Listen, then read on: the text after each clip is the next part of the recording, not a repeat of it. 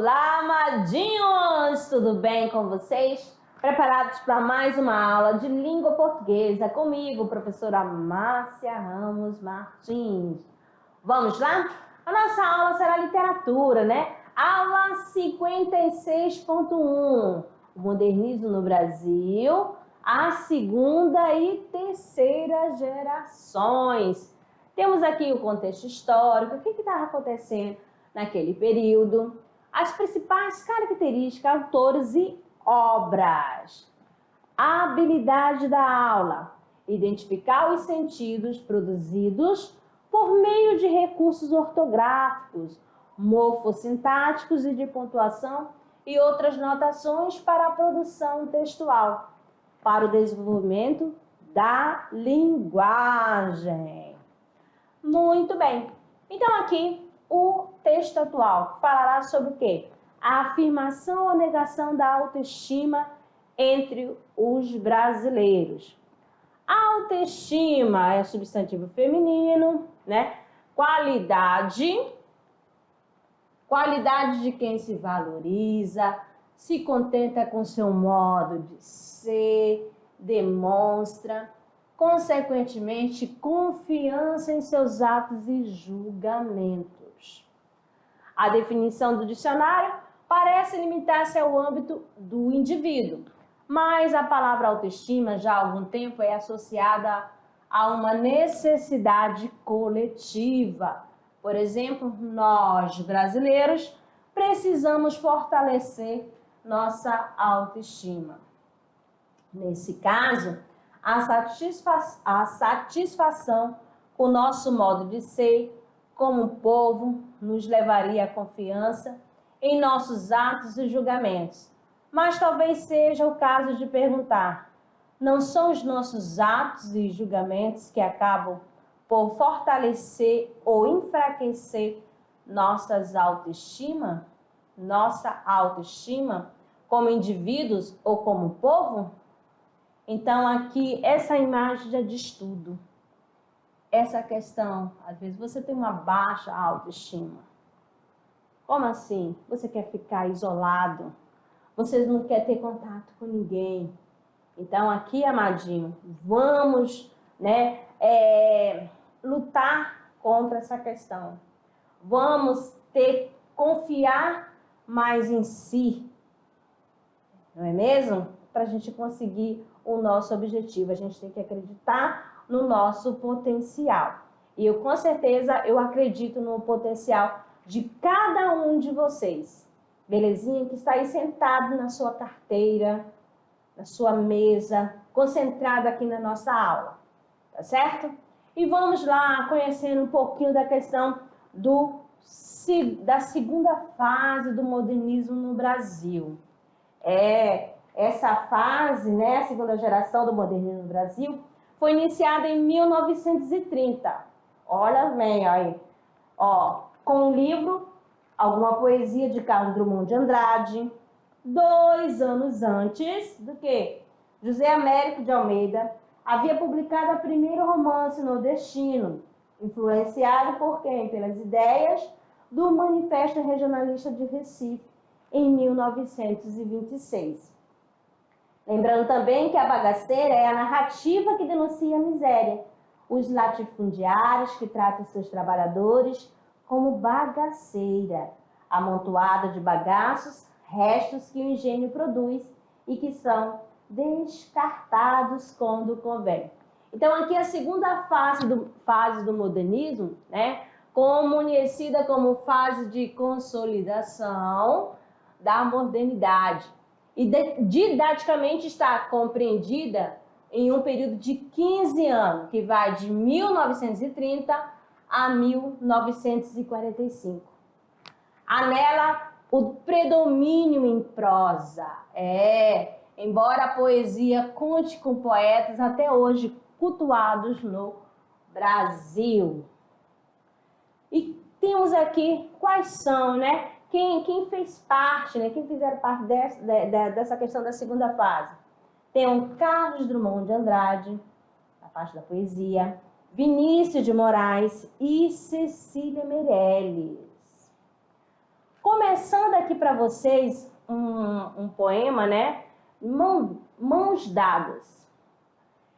Se você observar esse texto aqui, nesse período, né, estava acontecendo a questão de muita guerra. Era um período, né, que aconteceu muitas revolução, né?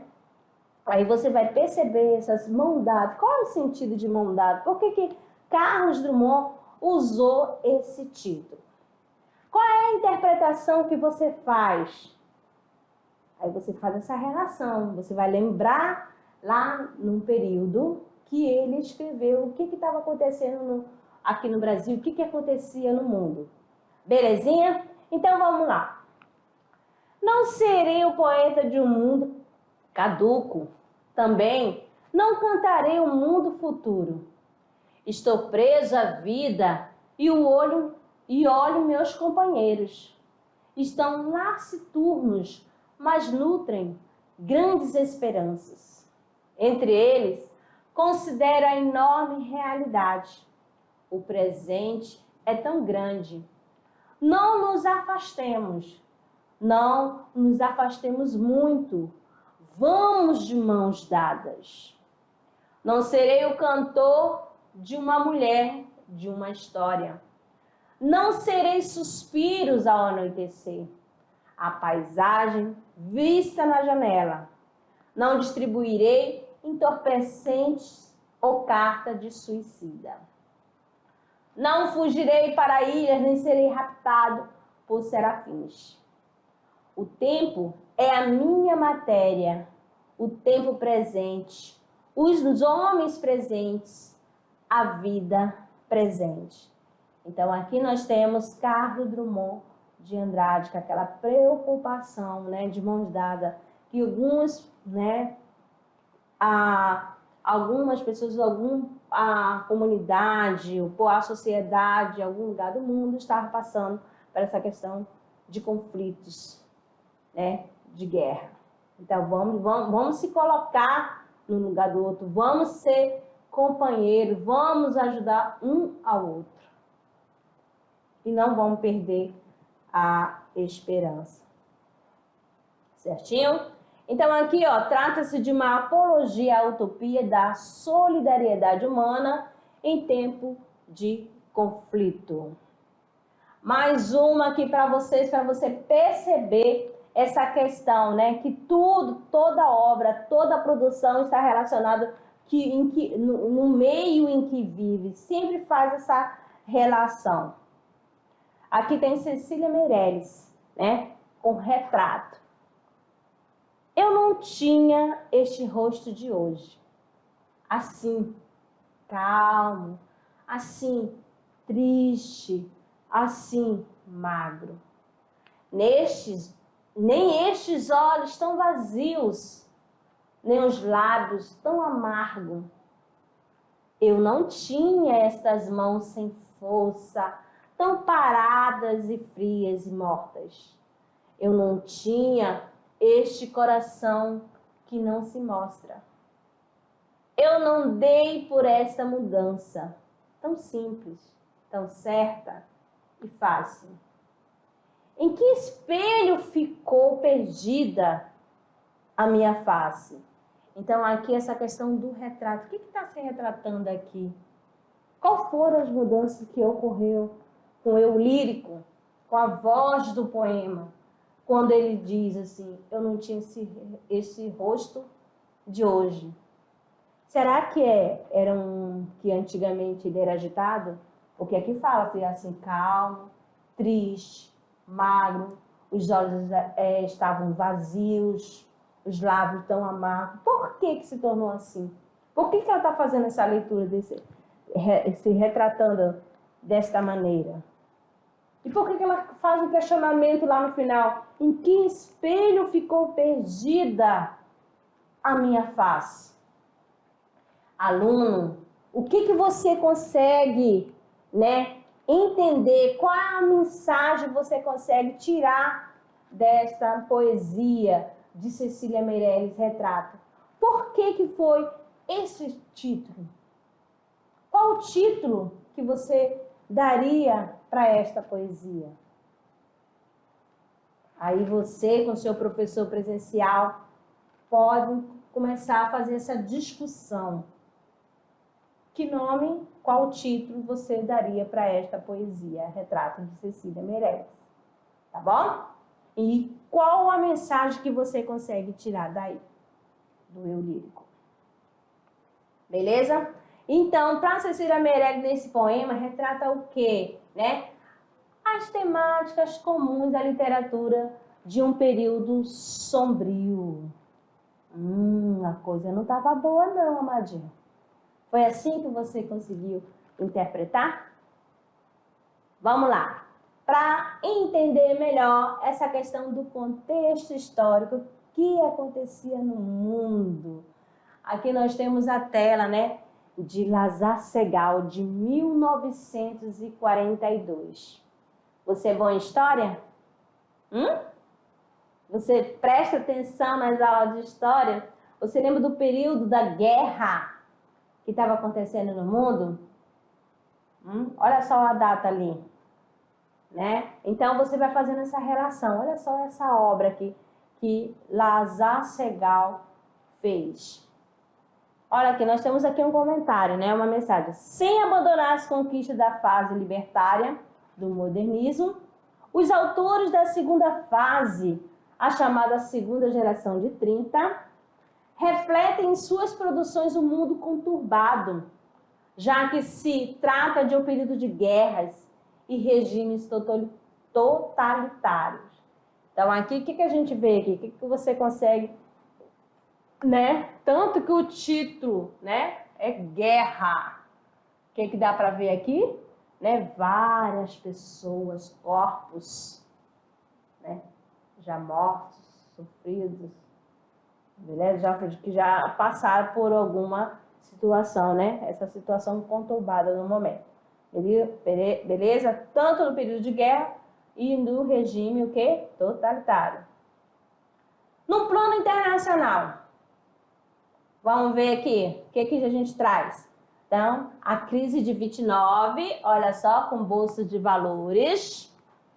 A Grande Depressão, em virtude da crise econômica, paralisações de fábricas, rupturas nas relações comerciais, falências bancárias, aumento de desemprego, fome e miséria, avanço dos partidos socialistas e comunistas, criação da Organização das Nações Unidas, a ONU, Segunda Guerra Mundial e formação dos regimes totalitários e bombas de Hiroshima e Nagasaki. Com certeza você já ouviu, já leu, né, A Rosa de Hiroshima. Lembra aquele texto que a gente já trabalhou aqui, o texto A Rosa de Hiroshima, que é uma música, né? A música, a letra da música, e você pega a imagem, faz uma relação da rosa de Hiroshima, que não é a rosa, sim, na hora que é lançada a bomba atômica, o que acontece? Faz aquele fumacê, aquela fumaça, né? E que forma uma rosa, um formato de uma rosa, apenas. Aí no plano nacional, vimos aqui a crise do café, né? Café com leite, que aí você vai lá na aula de história. Ai, professor, o que tem essa questão da crise do café com leite? Aí o professor, tanto o Lourismar quanto o professor Beto, vai esclarecer certinho para vocês. Beleza? Tem a Revolução de 30, a instauração do Estado Novo, a ascensão da queda do ditador Getúlio Vargas, aumento das migrações internas e intentona comunista em 1935. Vamos lá, então? Quais são as características, né, gerais da poesia de modernista de 1930. O que você vai encontrar? Sempre fazendo aquela relação, tá? O que acontecia, o que o mundo estava vivendo, o que a sociedade estava passando.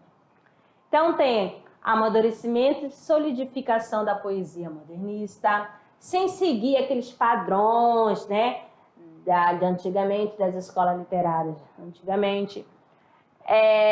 Mistura de verso livre com forma tradicional de compor poemas, mistura das temáticas cotidianas e socio-histórica, o desejo de compreender a relação entre o indivíduo e a sociedade, retomada da estética simbolista e reflexão sobre o estar no mundo. Então, aqui a gente iniciou com duas, né? Com duas poesias, uma falando de mãos dadas, ó, fazendo aquela mistura, né? O que estava acontecendo no momento? E Retrato, de Cecília Meirelles. Principais temas que envolvia, né, a questão da segunda fase: a espiritualidade, a efemeridade do tempo, da vida, o sentimento amoroso, a metalinguagem, a religiosidade cristã, o engajamento social e socialismo cristão, o sentimento de estar no mundo e a redefinição do eu. Vamos conhecer agora, amadinhos, os principais autores da geração de 30. Olha só ele, Carlos Drummond de Andrade, esse rapaz aí, ó, nasceu em 1902 e faleceu em 1987. Carlos Drummond de Andrade. Os poemas possuem o quê? Forte, o quê? Influência de assuntos que faziam parte da atualidade nacional e da época. Sua poesia reproduzia um mundo, principalmente os contextos da Segunda Guerra Mundial e da Guerra Fria. Então, aqui são as características principais né, na poesia de Carlos Drummond de Andrade. Agora ela, né, a poetisa Cecília Meirelles, de 1901 a 1964. Quais são? Aqui, ó, com forte influência da psicanálise e da temática social, Cecília Meirelles é considerada uma das maiores poetisas brasileiras. Desse período, destaco as obras Batuque, Samba e Mucamba, de 1933, A Festas das Letras, de 1937 e Viagem, de 1939. Agora mais outra aqui, ó, Jorge de Lima. Já ouviu falar de Jorge de Lima? Olha só, ele é considerado, ele é chamado de quê? De príncipe dos poetas, né? Jorge de Lima nasceu em 1893 e partiu em 1953. Foi escritor e artista plástico. Na poesia de 30, colaborou com o quê? Com as obras Poemas de 1927, Novos Poemas de 1929 e O Acendedor de Lampiões, em 1932. Então, o seu poema mais conhecido é Essa Negra Fulô. Olha só. Então, nós temos aqui, ó, de 1928, no qual se registram as relações do senhor do engenho com suas escravas. A linguagem valoriza a coloquialidade. Belezinha? Essa Negra Fulô. Faça uma pesquisa sobre essa poesia, né? Esse poema de Jorge de Lima. Muito interessante. Chegando aqui para vocês também, não podemos esquecer de Murilo Mendes, né? De 1901 a 1975. Temos aqui, ó, ele foi um dos escritores que teve uma forte influência do surrealismo da Europa, podendo ser notado em seu livro Poemas, publicado em 1930, e um dos pioneiros da segunda etapa do movimento modernista. O poeta consegue transitar entre a sátira e o poema piada, chegando ao estilo oswaldiano. Além disso, Murilo também oferece algumas vezes uma poesia de cunho religioso e social. Ok? Vão tomando nota aí, né, nessa questão. O que a gente tem? A gente tem aqui, ó, uma observação importante, né, dessa questão da segunda fase, né, que de 1930 a 1945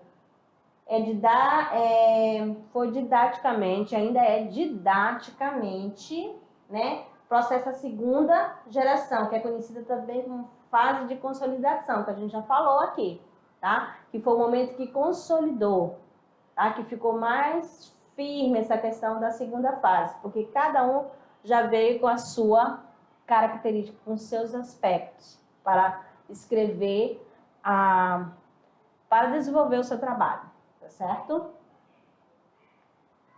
Então, continuando aqui, agora vem quem mais? Vinícius de Moraes. A gente já trabalhou algumas letras de música de Vinícius, alguns poemas de Vinícius também. Então, Vinícius de Moraes foi de 1913 a 1980.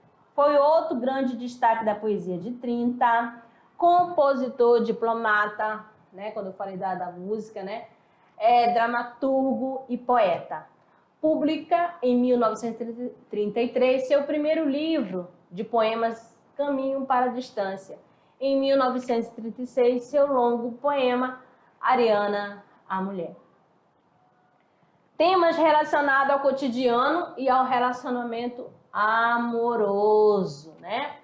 Oralidade o quê? Maliciosa. A poesia varia das passagens do metafísico para o físico, do espiritual para o sensual, do sublime para o cotidiano, retomando sugestões românticas como lua, cidade e samba. Tome nota, amadinho, vai pegando aí as observações, tá? Os principais pontos aqui dos poemas de Vinícius de Moraes. Principais autores da geração de 30. Agora nas características de quê? De prosa. Então, na prosa, Amadinho, também conhecida como a terceira geração, como neorrealismo, tá bom? Então, na prosa aparece o neorrealismo, narrativas denunciadoras da realidade sociocultural do Brasil e da época. Sobretudo, os nordestinos fizeram sucesso juntos aos leitores. Aqui você vai lembrar lá da questão, se você ler, né, Os Sertões, Vidas Secas, tudo você vai fazer relação aqui com a questão do neorrealismo, o que estava acontecendo no mundo, o que estava acontecendo aqui no Brasil, beleza?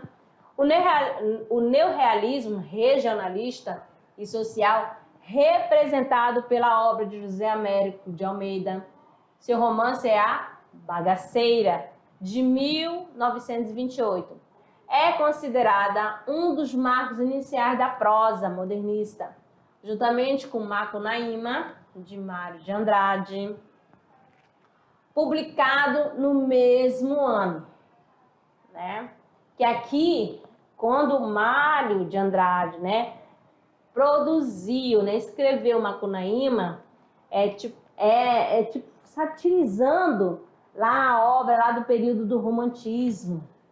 Pode ver observar a introdução da obra de José de Alencar, Iracema, e faz a comparação com o início da obra de Mário de Andrade, Macunaíma, aí você vai perceber, beleza? Quando ele elogiava Iracema, a Virgem de Lábios de Mel, Macunaíma era o quê? Totalmente o oposto. Era feio, era negro, entendeu? Aí você vai observar isso, vai fazer uma sátira, tá bom? Por isso que essas produções são chamadas de neorrealismo regionalista, quase que não sai. Raquel de Queiroz, temos aí Armando Fontes, José Lins Rego, Graciliano Ramos, Jorge Amado e entre outros, né? E você, lá na segunda unidade, fez a leitura da obra de Jorge Amado, né? Capitães da Areia, que também falava no contexto social, né? Daquelas partes que,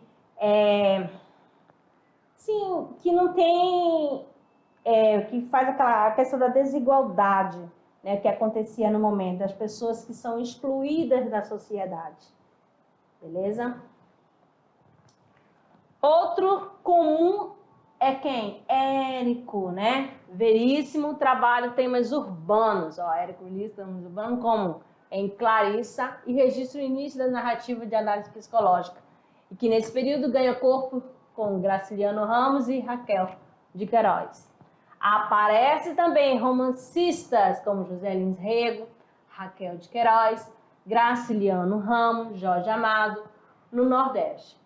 Em outras regiões aparece também prosadores interessados em denunciar a pobreza, o analfabetismo e a ignorância.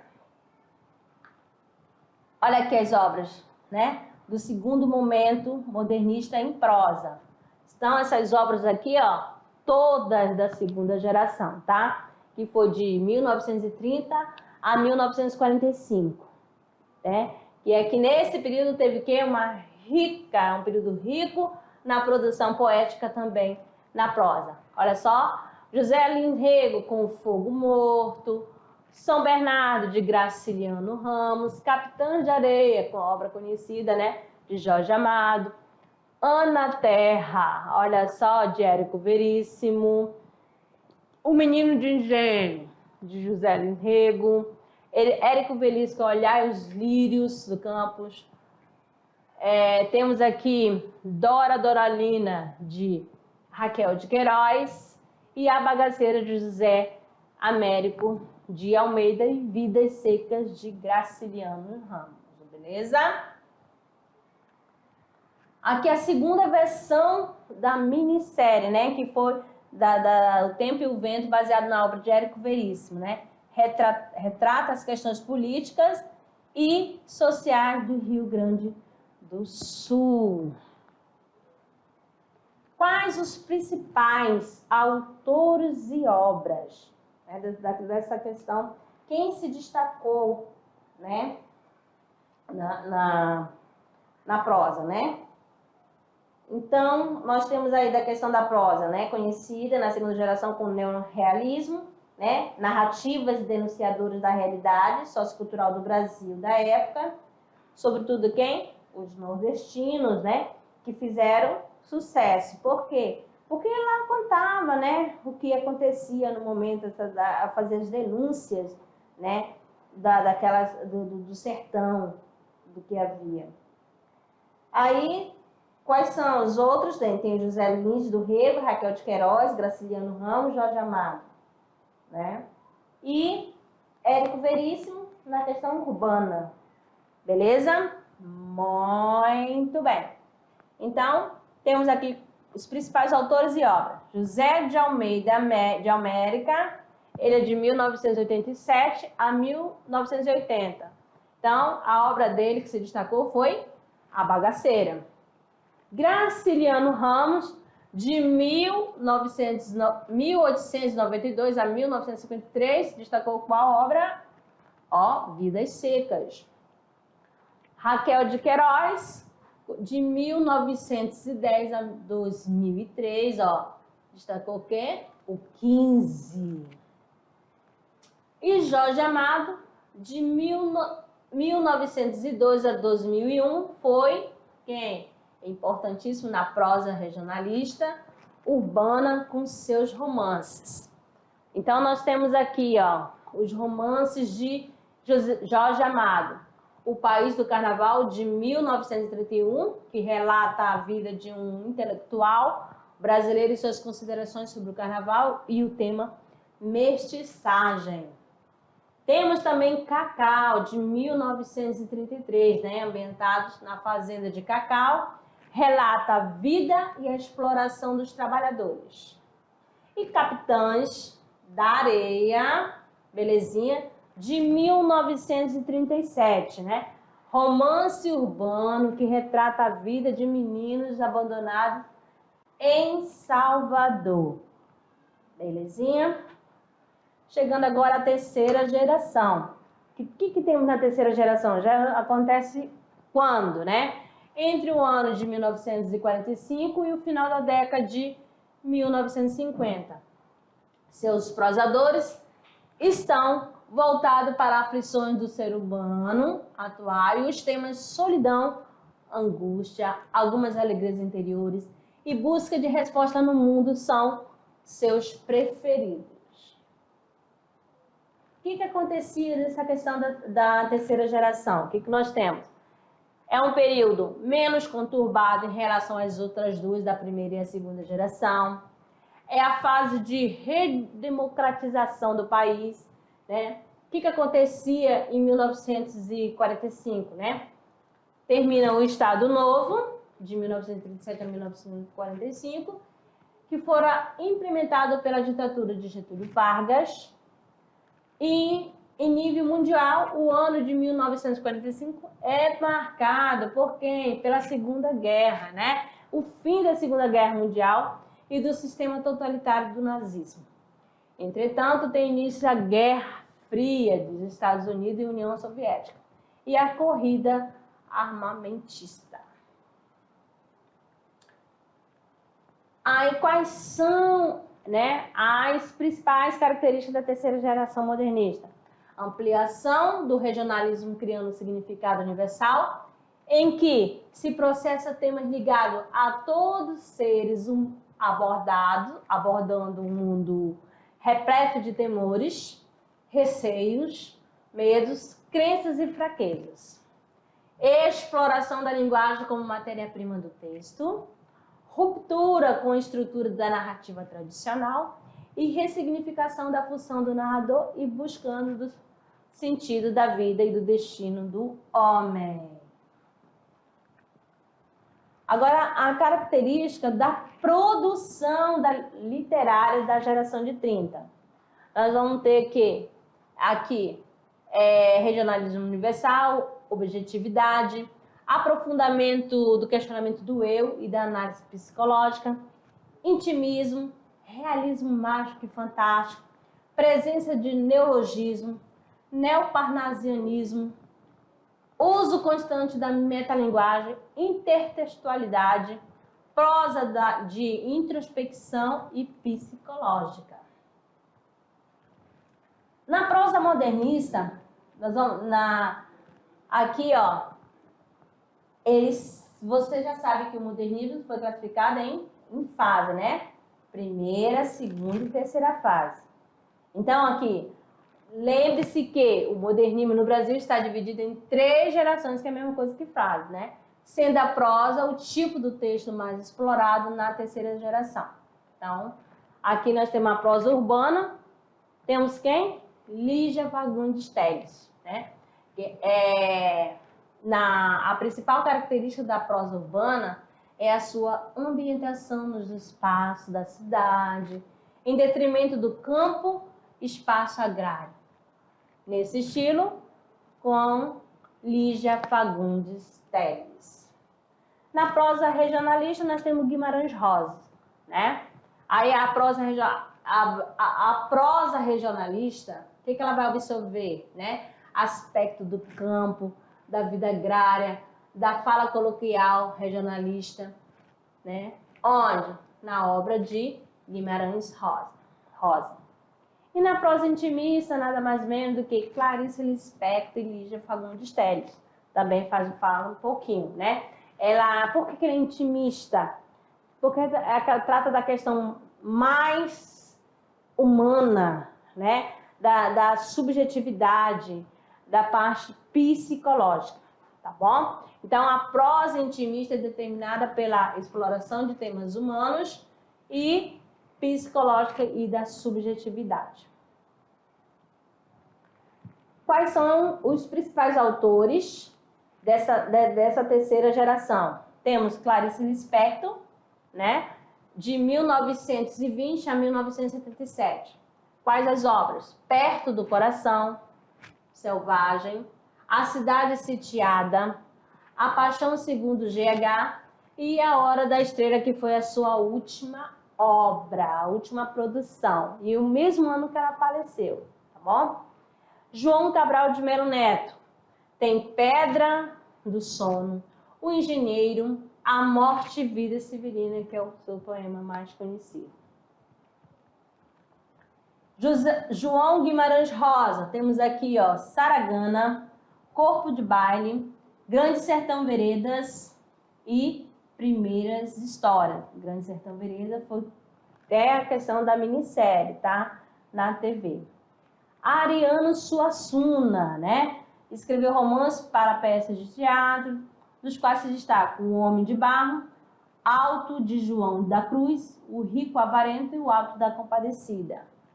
E Lígia Fagundes Telles, temos a obra Ciranda de Pedra, Verão no Aquário, Antes do Baile Verde e As Meninas. Então aqui vocês tiveram um pouquinho da segunda e terceira geração do modernismo. Ok? Né? Então você sempre fica ligado. O que está acontecendo no mundo? Aí, e fica observando os escritores, os autores, né? Que ele sempre vai escrever algo do que está acontecendo, tá certo? Sempre ele vai fazer essa relação e nas suas obras vai ser tipo uma denúncia, beleza? Então aqui é mais daqui a pouco eu retorno para a revisão. Até lá!